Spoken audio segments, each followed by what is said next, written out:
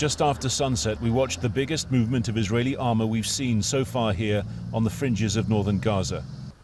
As the tanks moved south, heavy artillery stationed behind them fired round after round of long-range shells, a prolonged, intensive barrage lasting over an hour.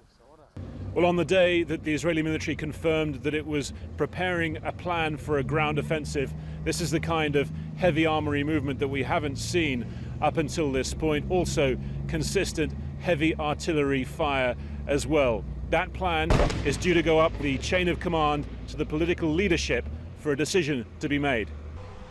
With darkness, another line of tanks and further shelling, perhaps the preliminary phase of a ground attack, perhaps a ploy to pressure Hamas. Whichever, the impact on northern Gaza was immediate and heavy. The first day of the Eid holiday had started grimly enough for these families.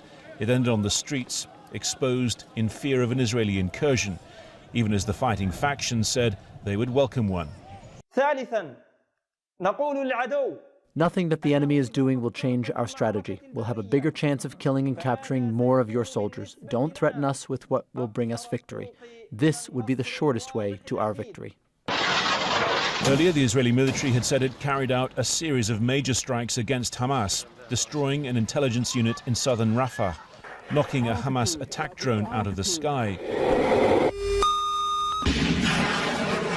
For yet another day, the rocket fire out of Gaza came in waves.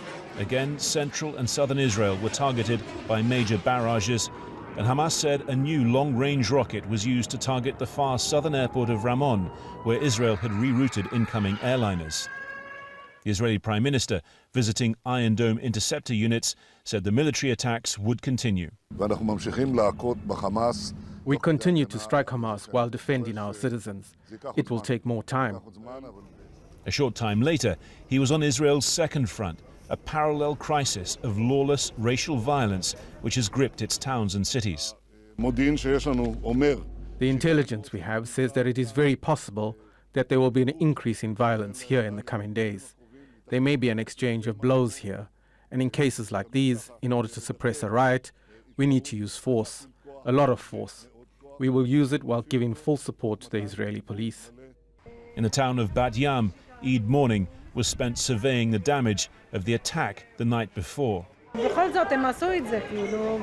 did it because we speak Arabic. We're not bad people, we did nothing, we never hurt anyone.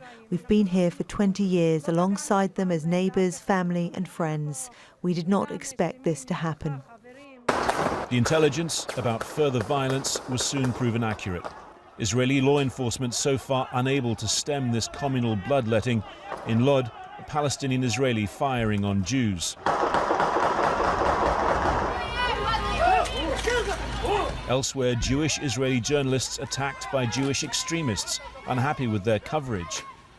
This is a spasm of internal insecurity that, like the military situation in the south, is at the moment only escalating.